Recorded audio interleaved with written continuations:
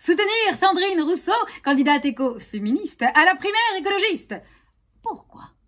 Pourquoi? Moi, Tifende, artiste, formatrice féministe, antispéciste, fatiguée d'une politique viriliste, présidentialiste, patriarcarniste, râlant, monarchiste, alors qu'à ce système de gouvernance-là, je n'y crois plus, je n'y crois pas.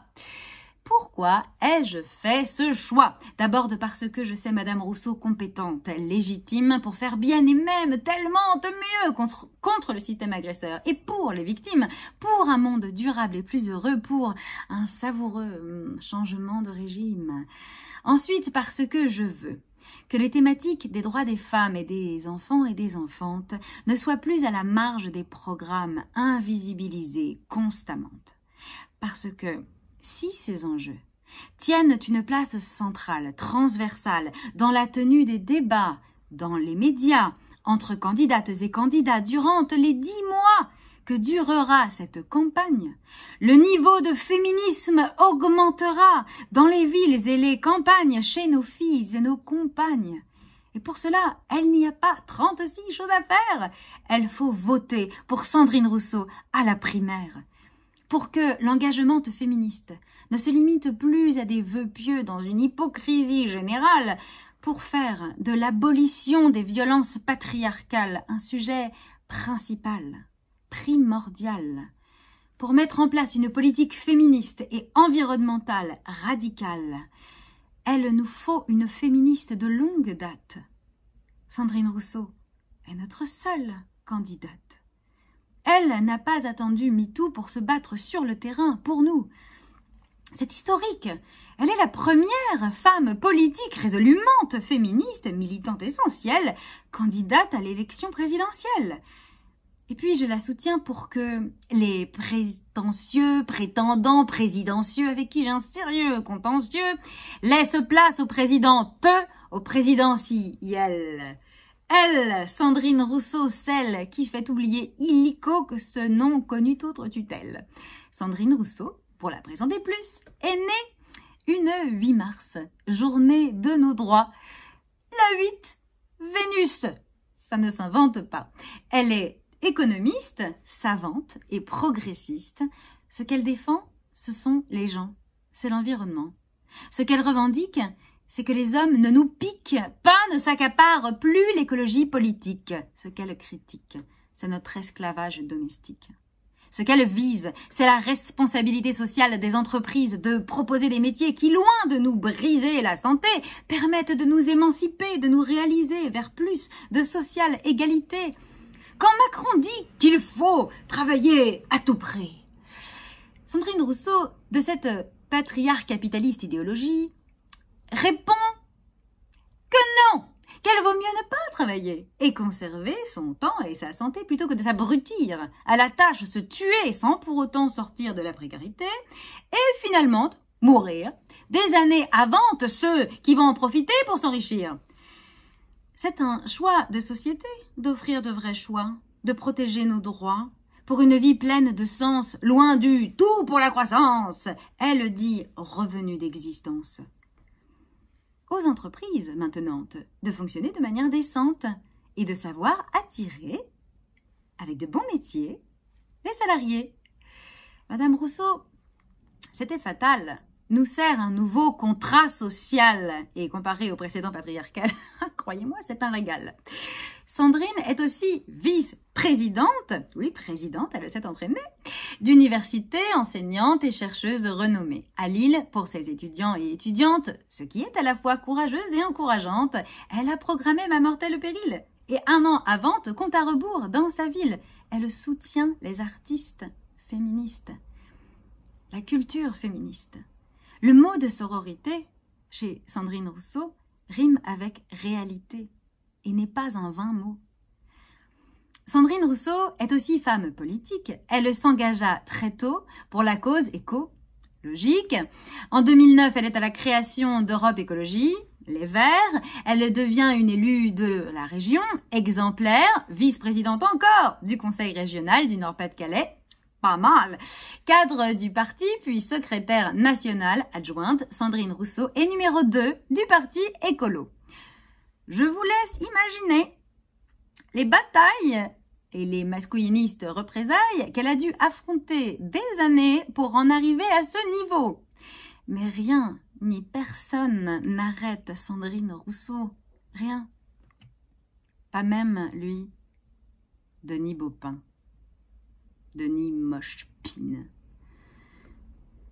Ne brisera pas Sandrine. Pourtant, pour dans son ascension l'arrêter, il a commis, il a tenté, il l'a agressé, harcelé sexuellement. 13 femmes ont témoigné de ses agissements criminels contre les femmes pendant tellement de temps, plus de 30 ans. Avec des autres hommes, la complicité. Elles seront 4 à parler pour commencer. Sandrine les a rassemblées contre l'adversité, brisante. Plus de 30 années d'omerta et d'impunité contre Verge et Marie. Elle quitte le parti de n'être pas assez soutenue, crue, pourtant elle s'est battue. Pourtant, elle a parlé. Parler. En parler. Ce sera le nom de sa nouvelle association, celle qu'elle va fonder. Parler. Écrire. Autrice, elle nous délivre. Écrivaine, elle en écrit des livres. Quand les agresseurs lui intiment le silence, elle crée pour les victimes un cadre de résilience, de résistance. Sandrine est une héroïne. Elle est l'une d'entre nous, comme toi, comme moi. Elle se tient debout, debout, debout. Sandrine Rousseau est ma sœur de lutte et de cœur, et cela ne date pas de la dernière heure, avant que les clameurs de MeToo place une peu sous les projecteurs les horreurs commises contre nous par les hommes agresseurs, si mal que certains masculinistes en bons opportunistes brandissent cocardes féministes. Avant la grande cause toujours, blabla, de ce catastrophique quinquennat, avant tout cela, elle se battait déjà, avant tout cela, elle brisait l'omerta.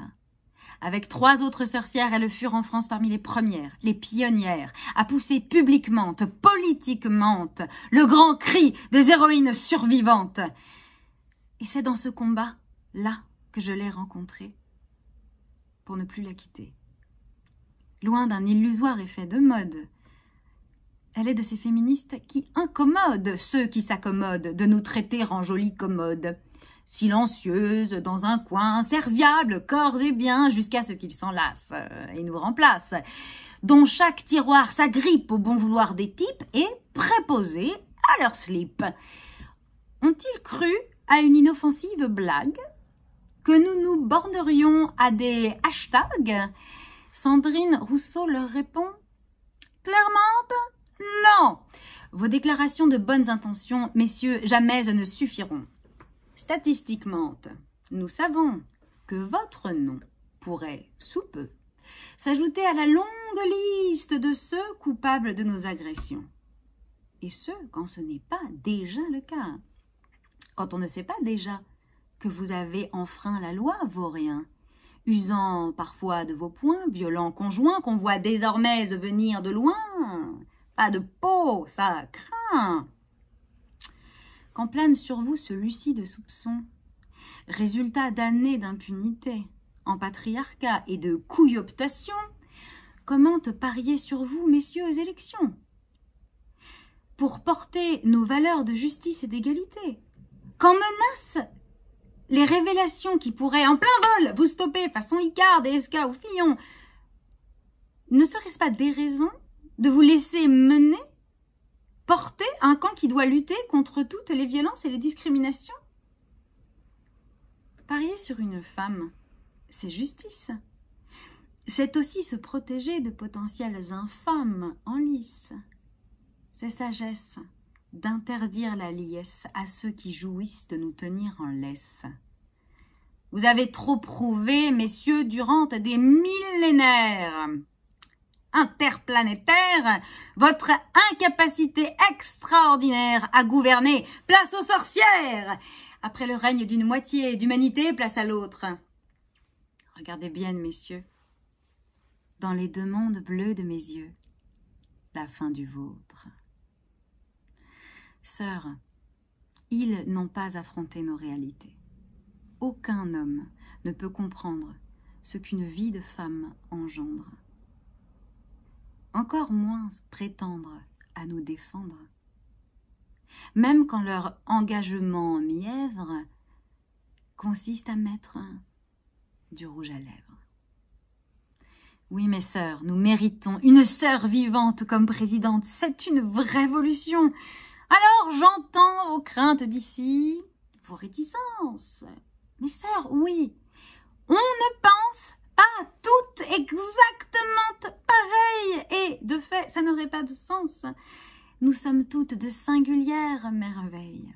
Oui, sur certains sujets, certaines voudraient peut-être aller plus loin. Si ça se trouve parmi celles-là, elle était une fois une certaine Tiphaine.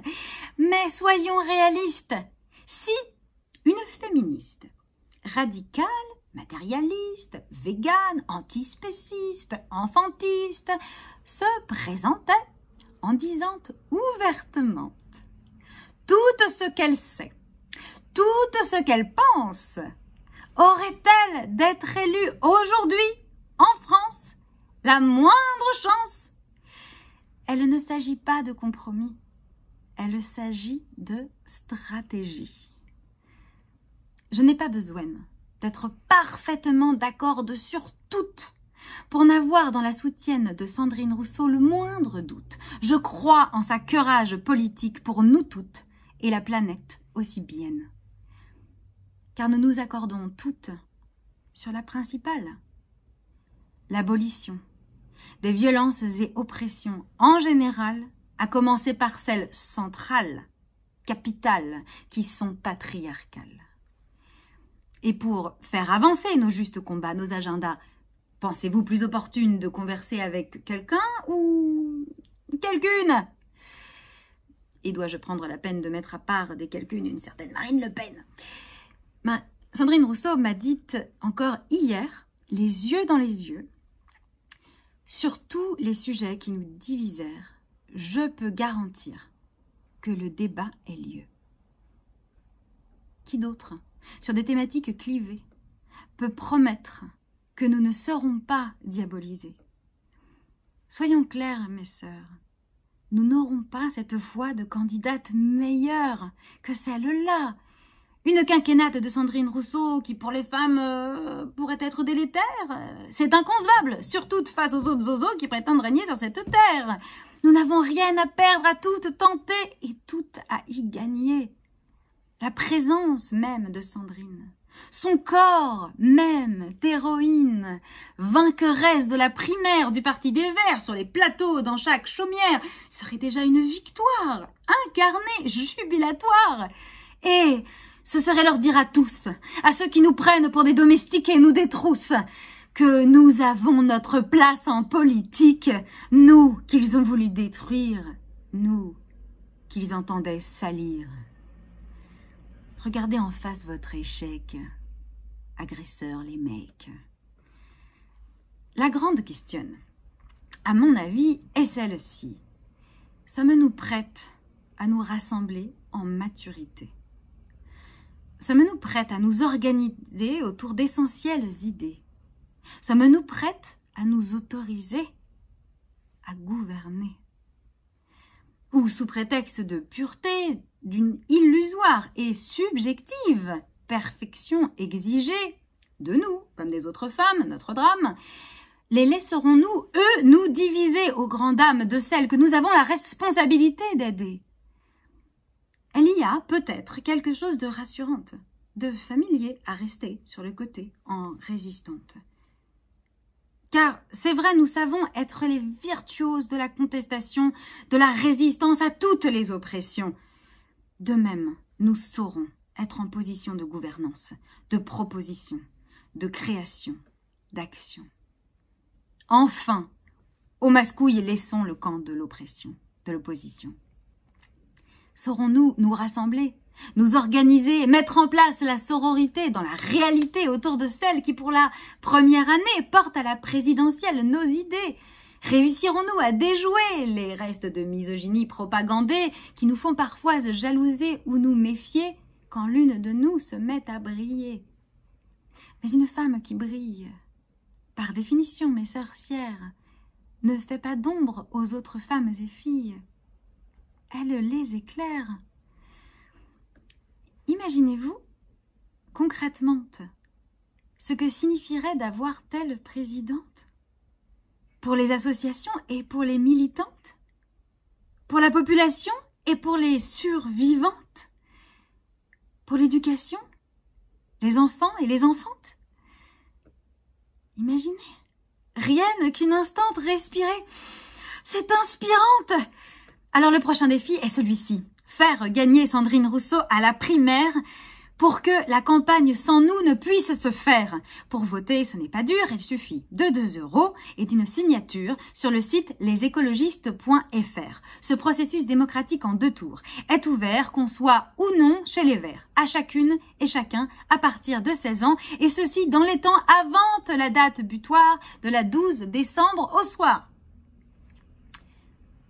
Par ailleurs, pour les prochaines rencontres en visio qu'on organise avec Sandrine Rousseau, dimanche 8 août à 18 h, sœur, artiste, journaliste, intéressée par les causes progressistes, notamment écoféministes, vous qui travaillez dans la culture et les médias et êtes engagés dans la défense des droits, vous qui avez des convictions, des questions, des suggestions, des envies, des énergies, votre place sera là. Et plus largement, à 19 h mardi 17 août, une visio sera ouverte à toutes. Il suffit de m'écrire pour s'y inscrire. Réservez aussi votre 9 septembre en soirée pour nous rassembler, chères héroïnes, en vrai lors de la meeting de Sandrine. Ce sera à Paris. Alors, mes sorores, oserons-nous renverser la politique de la virilité et instaurer la liberté, l'égalité, la sororité, la solidarité, l'environnementale et féministe radicalité que Sandrine Rousseau sait porter, qu'elle veut nous proposer. Nous pouvons, en place de leur gouvernance, revendiquer notre collective puissance à l'opposé exact de leur violence. Ayons l'audace d'aller chercher ensemble la pouvoir pour transformer non plus un pouvoir à asseoir sur les autres, mais la pouvoir de faire ensemble pour voir naître nos espoirs. Mes consoeurs clitorines, chères éjaculeuses de Sainte Cyprine, fières combattantes des batailles utérines, vous pour qui la justice est une marotte, mes chers compatriotes. Hésitantes ou radicalines, déterrons le mal à la racine, essaimons la plante d'espérance vaillante d'entre les ruines, en outrepassant nos divisions, avec Rousseau-Sandrine. Partout déjà des groupes se forment autour de sa candidature et informent, empêchant bravement toute tentative subreptive de censure. Et maintenant l'on murmure, elle se passe quelque chose. Elle est sûre que l'apothéose de cette belle grande aventure sera une mouvemente de guerrières en armure. C'est la momente, mesdames, de créer autour de Sandrine Rousseau une déferlante fervente de femmes. Ayons le courage de croire en une telle victoire. Merci.